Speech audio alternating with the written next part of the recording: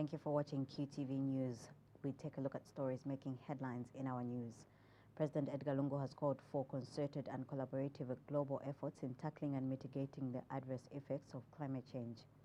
The Disaster Management and Mitigation Unit, DMMU, says it expects the number of people in need of relief food in the country to increase to 2.3 million this month. And court bailiffs have pounced on the Zambia Red Cross Society head office in Lusaka, confiscating office furniture and vehicles. And our details in our news. President Edgar Lungu has called for concerted and collaborative global efforts in tackling and mitigating the devastating effects of climate change. President Lungu says the impact of climate change is frustrating efforts aimed at achieving the UN 2030 Agenda for Sustainable Development Goals, SDGs. He has emphasized the need to maintain the momentum of addressing effects of climate change, which he says has potential to undermine the development gains made so far. Speaking when he received letters of credence from 15 ambassadors and high commissioners accredited to Zambia, President Edgar Lungu says that the recent UN Climate Action Summit resolved to accelerate the momentum to address the climate change crisis. Ferret Kalando has more details in this report. It was an eventful day at State House as 15 ambassadors and high commissioners presented their letters of accreditation to President Edgar Lungu. Credentials are a letter from an ambassador or high commissioner's head of state appointing them as their diplomatic representative. Each of the ambassadors and high commissioners expressed that Zambia shares their same interests in bilateral relations and cooperation. They were the ambassadors and high commissioners from Italy, United Kingdom, Angola, Burundi, Botswana, European Union, Sweden, Spain, United Arab Emirates, Seychelles, Vietnam, Venezuela, Guinea, and Guatemala. First to present credentials was Italy's ambassador to Zambia, Antonio Maggiore. Mr. President, you might recall the fundamental role that Italy has played in standing side by side with the Zambian people and the Zambian nation in fostering development and wealth in this country. Your Excellency, I, like you, subscribe to the notion that the best way to predict the future is to create it. Ndine chilaka, ichaku bomba na imwe ifitwe, ifikankala ifisuma sana, natotela sana mugwai zikomo kwambi. Some of them commended Zambia for maintaining peace and security. Accordingly, it is with great honor and pleasure for me to present to you, Your Excellency, Also, it's great that to convey the holistic meeting of His Highness Sheikh Khalifa bin Zayed Al Nahyan. These are strong indicators of our commitment to advance our bilateral engagements as we continue to share our common vision at multilateral fora which we both belong to.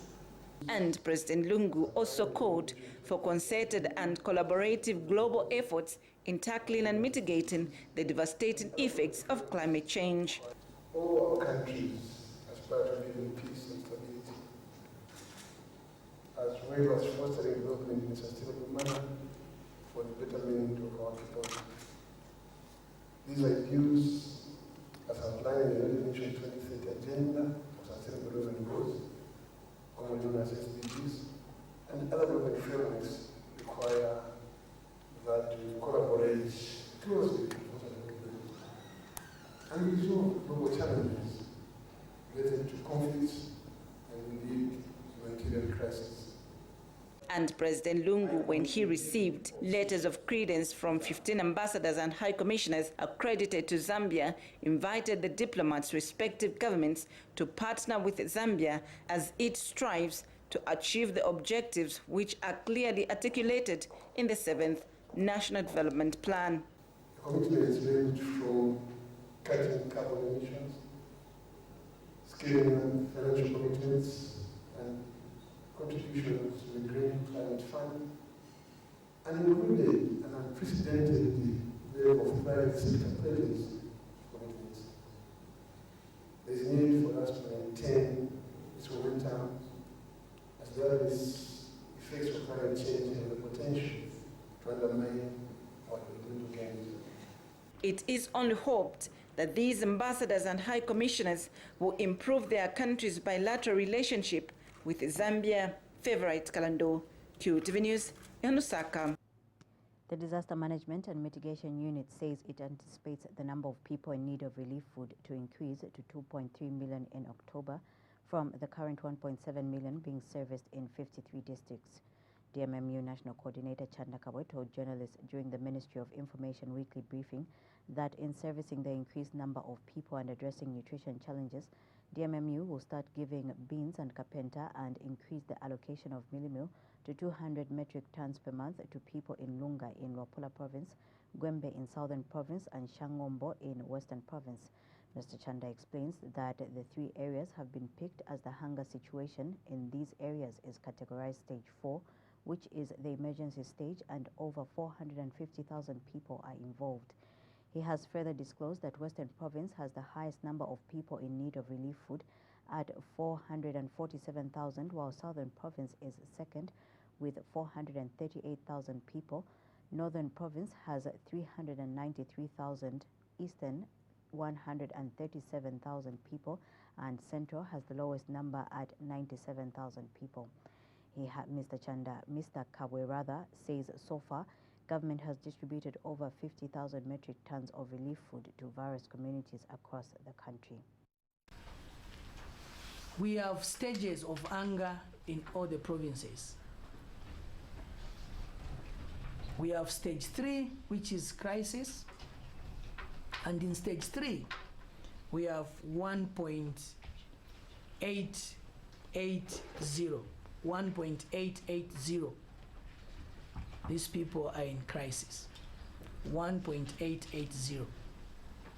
In stage 4, which is emergency, we have 450,000 people in 3 districts, namely Lunga in Luapula Province, Gwembe in Southern Province, Shangombo in Western Province. And government has increased the allocation of food support to these 3 districts who are in stage 4 of emergency to 200 metric tons per month. This month, we'll start giving them beans and kapenta to try and fight the nutrition part of it. Hear me clearly. We only have 3 districts in stage 4, which is emergency. We have 1.880 in crisis. And government is giving them 100 metric tons per month. We've increased also to 150 metric tons per month. And this support will continue up to next year, March 2020, to support our community. Justice Minister Given Lubinda says the Constitution Amendment Bill number 10 of 2019 will be withdrawn if it turns out that the majority of the submissions to Parliament are against its enactment. The minister says President Edgar Lungu will not hesitate to respect the wishes of the people on the proposed bill. Speaking when he closed the receiving of submissions by the Parliamentary Select Committee, Mr. Lubinda has also clarified that government has no stand on any of the clauses and articles in the Constitution Amendment Bill. He says government will therefore be guided by what the Parliamentary Select Committee will establish based on the submissions it has received. Here's a report. The Parliamentary Select Committee on the Constitution Amendment Bill number 10 of 2019 has today, Thursday, the 3rd of October, wound up its sittings. The committee opened its sittings on the 2nd of September 2019, and Justice Minister Given Lubinda was the last witness to appear before the committee. You may recall, Mr. Chairman, that 91 members of Parliament voted in support of the amendment of the Constitution. 52 members were opposed, and 1 member abstained. So by a vast majority, members of Parliament acknowledged the need to amend the Constitution 2016. His submissions was, however, not without questions from members of the committee.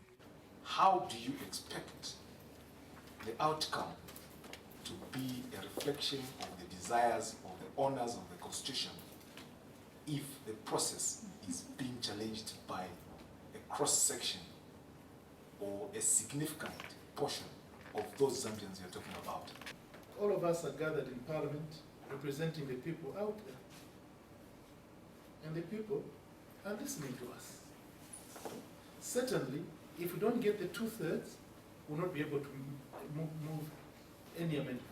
Committee member and Lusaka Central lawmaker Margaret Monakatwe was interested to know the minister's views on the additional clauses that have been proposed in the bill. Whereas we were looking at lacunas, loopholes, tightening of 2016 amendment, what has come out is additional things that were never discussed by people.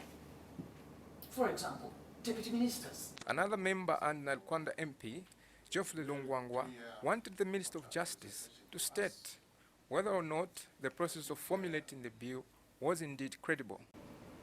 I want to make it very clear in answering one question raised by Professor Lungwangwa. Professor, we did not do anything to deter anyone from participating. As a matter of fact, His Excellency instructed this minister that this process is a people's process, and I should do whatever I can to make sure that everybody participates. The Parliamentary Select Committee on the Constitution Amendment Bill number 10 of 2019 has been sitting for about a month now and has received submissions both for and against the bill. Lazarus Sichula, QTV News. Police have launched investigations into reports of an intercepted mercenary plane in Lusaka. The Daily Nation newspaper, in its edition number 2407, published on Wednesday, 2nd October 2019, carried an article headline, Mercenaries Plane Intercepted. Police spokesperson Esther Katongo says police have taken keen interest in the revelation by the newspaper and an inquiry in the matter has since been opened. Mrs. Katongo says the matter will be thoroughly investigated and the outcome communicated to the public. She has since appealed to anyone with relevant information relating to the same matter to avail it to the police. The Daily Nation, in its edition number 2407, published on Wednesday, October 2nd, 2019, carried an article headlined, Mercenaries Plane Intercepted. We wish to state that the Zambia Police Service has taken keen interest in this revelation by the newspaper, and an inquiry in the matter has been opened. The matter will be thoroughly investigated and the outcome will be communicated to the public. We therefore urge anyone with relevant information to avail it to the police. The Daily Nation, in its Court bailiffs have pounced on the Zambia Red Cross Society head office in Lusaka, confiscating office furniture and vehicles. The bailiffs are believed to have been acting on behalf of former Zambia Red Cross Society Secretary General Charles Mushitu, who is owed by the society. One of the bailiffs, who sought anonymity, told a QTV news crew that rushed to the scene that the alleged debt is owed to one of the former employees of the Zambia Red Cross. While the bailiffs were still packing the confiscated items, Mr. Mushitu was seen driving off. Transparency International Zambia has condemned the decision by the Drug Enforcement Commission to withdraw the summoning of Lusaka businessman Valden Findlay in connection with drug trafficking allegations. TIZ Chapter President Ruben Difuka has described the decision by the DEC as puzzling and one that fuels further speculation. Mr. Difuka says the issue of Mr. Findlay has attracted a lot of public interest and that it is important that all activities and decisions of the Commission are seen and considered by all interested stakeholders to the above board. He has told QTV News that it is difficult to comprehend how the DEC, on one hand, promptly summoned Mr. Chimba Kambwili, who in this instance was a whistleblower, and yet on the other hand elected not to speak to the person who is the subject of the allegations. Mr. Lufuka adds that the DEC should also talk to Mr. Kaweche Kaunda, who has shared an important perspective on Mr. Findlay. He states that this story will not easily go away and the general public will be left to draw its own conclusions as to the reason why the DEC has gone against its earlier intentions to summon Mr. Findlay. Drug Enforcement Commission is fully aware of the allegations that have been made that Mr. Finlay enjoys a close and personal relationship with President Lungu. In this particular instance, Drug Enforcement Commission promptly required of Mr. Chimbakambwili, who was acting as a whistleblower, to present himself to their officers for what they called a discussion. We would have thought that similarly, Drug Enforcement Commission would take interest in discussing with Mr. Finlay, who's the subject of these allegations. It is important that DAC gets to the bottom of this case so that those who may be falsely accused will have the opportunity to clear their names, and those that may be found wanting will have their day in court. President Edgar Lungu has applauded the private sector for supplementing government's efforts in developing the country. Speaking when Trade King's Group of Companies Chief Executive Officer Iqbal Patel, together with Operations Manager Imran Patel and company spokesperson Ernest Monday, paid a courtesy call on him, President Lungu says government will continue to provide an enabling environment for the private sector to operate and thrive. He says the private sector has a crucial role to play in realizing and enhancing the country's industrial capacity. President Lungu has since commended Trade Kings for the success it has recorded. Profile the fact that it can be done in Zambia, it's been done by Zambians.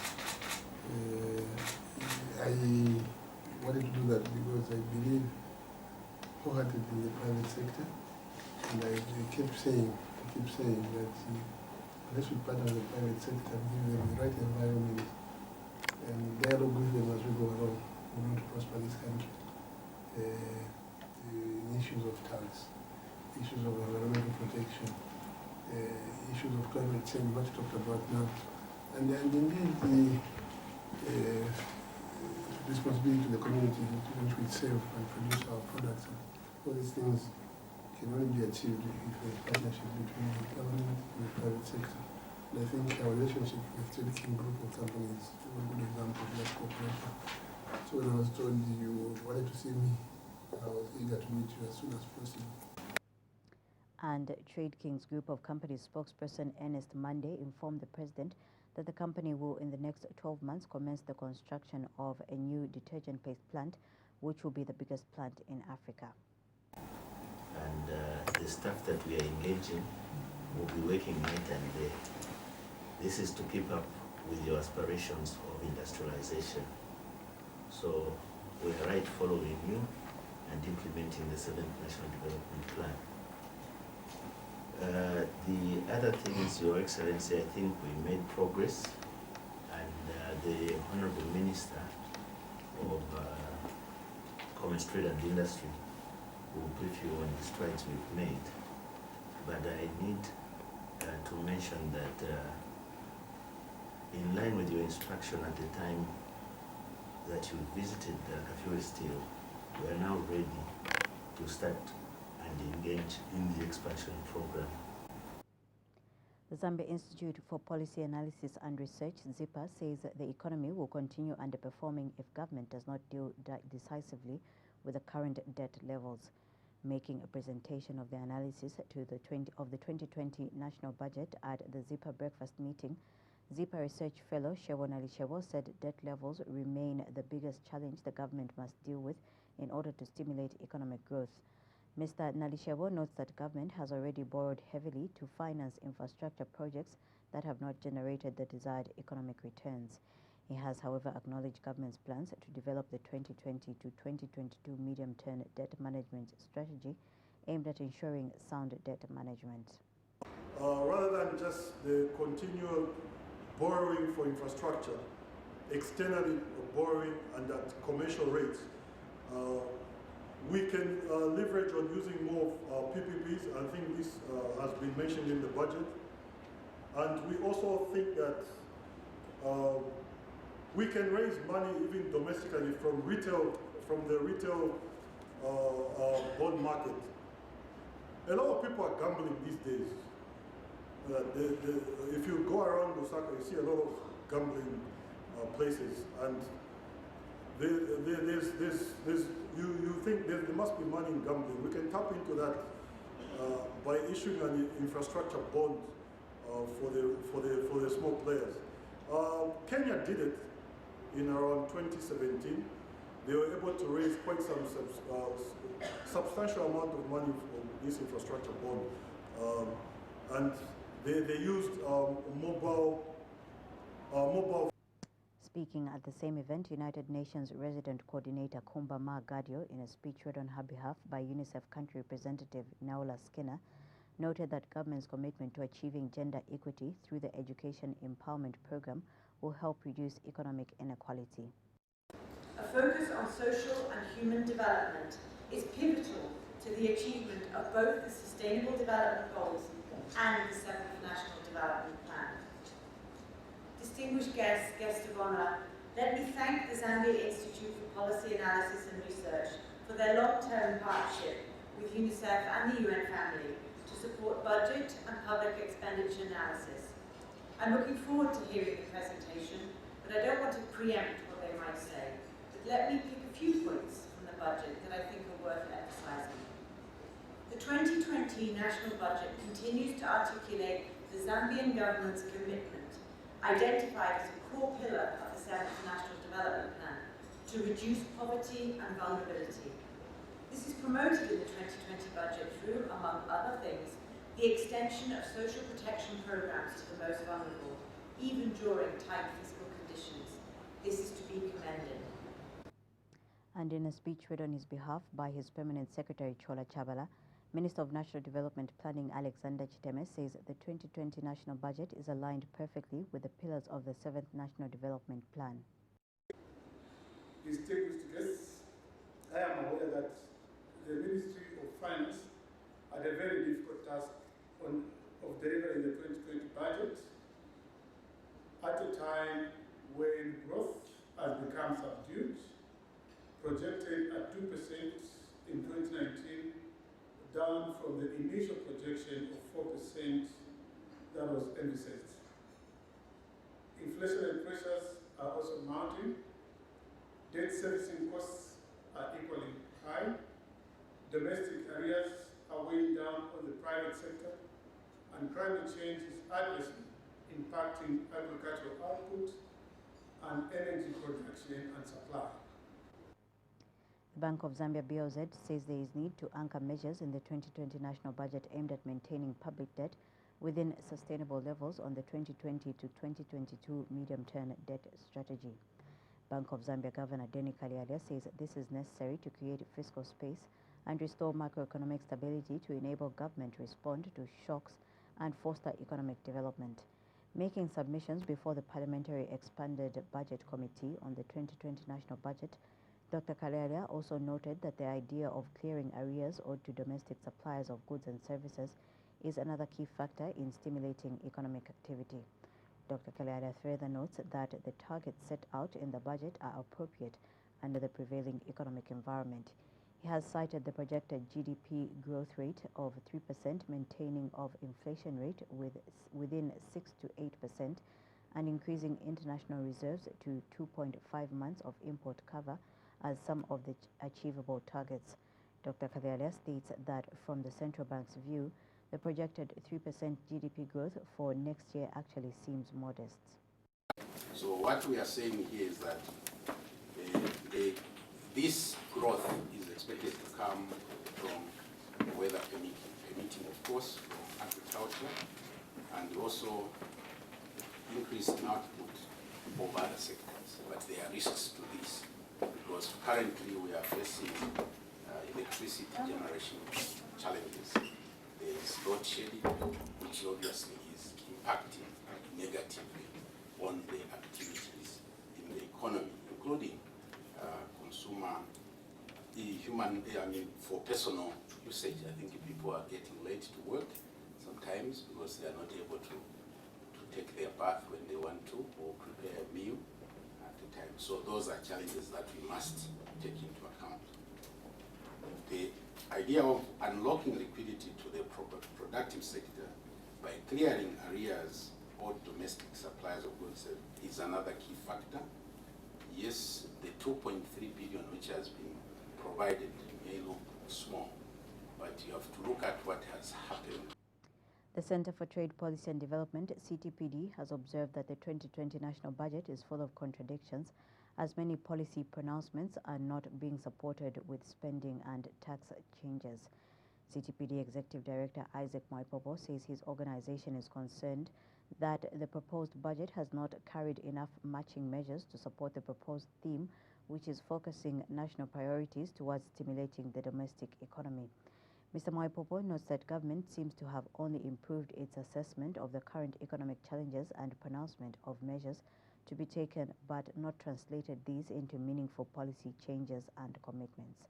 He points out that while government seeks to ensure debt sustainability, the road infrastructure agenda is expected to continue in the 2020 national budget following an allocation of 10.6 billion kwacha and projected increase in debt financing. Mr. Mwaipopo has wondered how government will be able to create fiscal space when it is clearly failing to muzzle its appetite for spending on projects which has clearly not yielded enough returns towards debt servicing.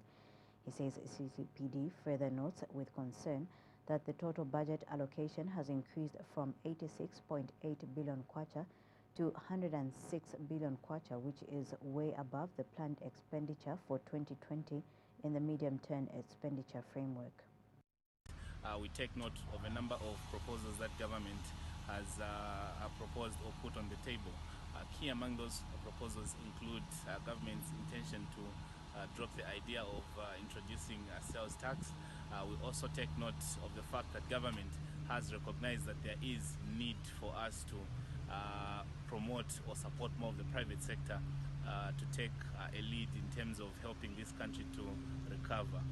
Where we take note of the positives from the Center for Trade Policy and Development, we also remain concerned that the budget has got several contradictions. Key among those speaks to the rate at which we are accumulating debt. Well, on one hand, we are planning to dismantle parts of the domestic arrears. It does not compare very well with the rate at which we're accumulating domestic debt. There is also a considerable reduction with regards to spending towards social sectors such as education, health and social protection. This also applies to efforts around mitigating climate change. Transport and Communications Minister Mutotwe Kafwaya says the country is likely to experience floods and flash floods in flood-prone areas that may cause damage to infrastructure and increase the chances of disease burdens to human, livestock and crops during the 2019-2020 rainy season. In a ministerial statement on the 2019-2020 rainy season forecast, Mr. Kafwaya says that these experiences may include damage to civil infrastructure such as roads, bridges and culverts. He says the country may also face increased chances of diseases such as cholera, dysentery and typhoid and outbreaks of agriculture pests such as armyworms and stalk borers across the country. Mr. Kafwaya has since advised members of parliament and the public in general to take all the necessary precautions to avoid loss of life and property should there be extreme weather events during this rainy season. The forecast generally indicates that much of Zambia is likely to receive normal to above normal rainfall during this rainy season. The season is likely to be established in mid-November over most parts of the country. Nevertheless, areas over northern Wapula, northwestern, Copperbelt and western provinces are likely to experience rainfall activities by October, as we have begun to already witness in the northern part of the country. However, this notwithstanding, there is a high likelihood of dry spells around February. And Mr. Kafwaya says much of Zambia is likely to receive normal to above normal rainfall during the 2019-2020 rainy season.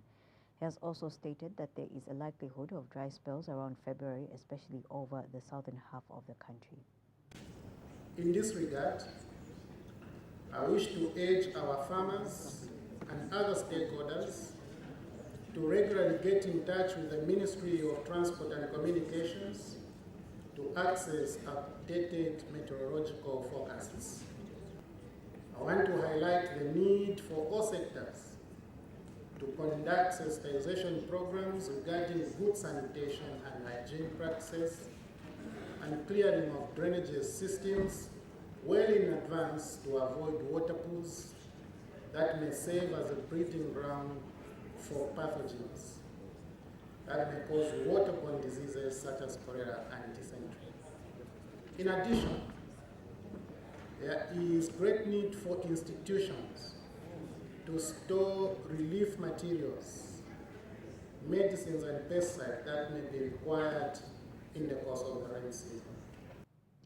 National Guidance and Religious Affairs Minister Reverend Godfrida Sumaili has announced that the construction of the National House of Prayer will commence within a week following the securing of 1.2 million kwacha.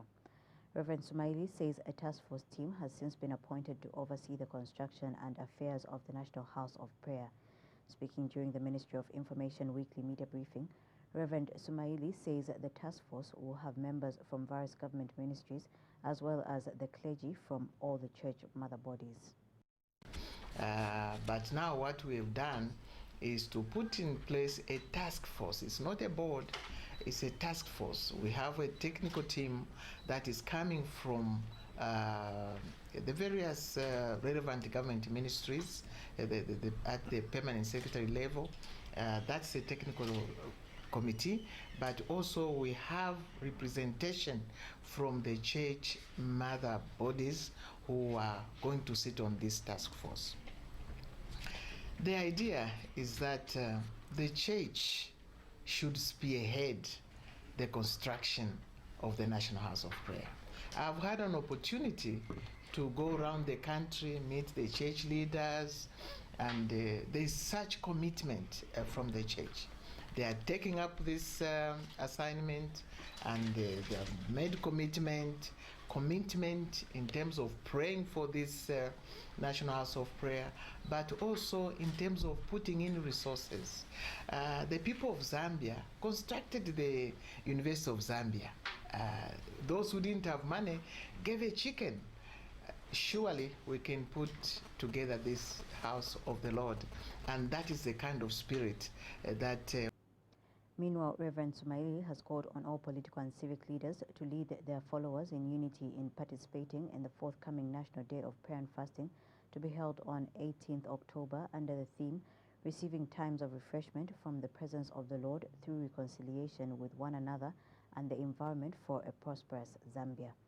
She says President Edgar Lungu will attend the proceedings in Lusaka, while Vice President Nongewina will attend the proceedings on the Copperbelt in Kitwe. Reverend Sumaili says the main focus of the prayers for this year will be for good rains in light of the droughts and floods experienced last year, as well as on continued peace and unity. It is unfortunate that we can have somebody who can say, shun the prayers. That is very, very sad, because, we know there's a creator who created everything. He says, I know the plans that I have for you. There are plans to prosper you, to give you hope and to give you a future. God has plans for Zambia, and the plans that God has for Zambia are good plans. So if there's going to be a political leader who will say shun the prayers, definitely is not with the people, and definitely that leader does not love the nation of Zambia. This is really an opportunity for us to give thanks to God, and I believe that for us as a people, the first thing that we want to thank God for is peace. Peace over the land of Zambia, which we should never, never take for granted. The Lord has given us peace, and let us go back and thank Him, because we know He is the Prince of Peace, so He gives us the peace. So we want to go back as a people and say thank you. We want to continue to pray for unity in our nation. We desperately need. Joint petitioners of the Chief Justice seeking the appointment of a tribunal to investigate allocation of land in the Lusaka East Local Forest Reserve number 27 have assured concerned citizens that the matter is still very active and alive. William Harrington and Robert Chimambo have written to the Chief Justice asking for the appointment of a tribunal to probe Lands Minister Jean Kapata for allegedly breaching the Parliamentary and Ministerial Code of Conduct by allocating herself land in part of the degazetted forest. Mr. Harrington says they are aware of the anxiety of the concerned citizens of the extended length of time since they lodged their petition on 20th September 2019.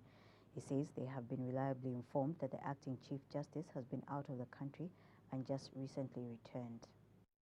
But I want to assure all concerned citizens that it is not a dead issue.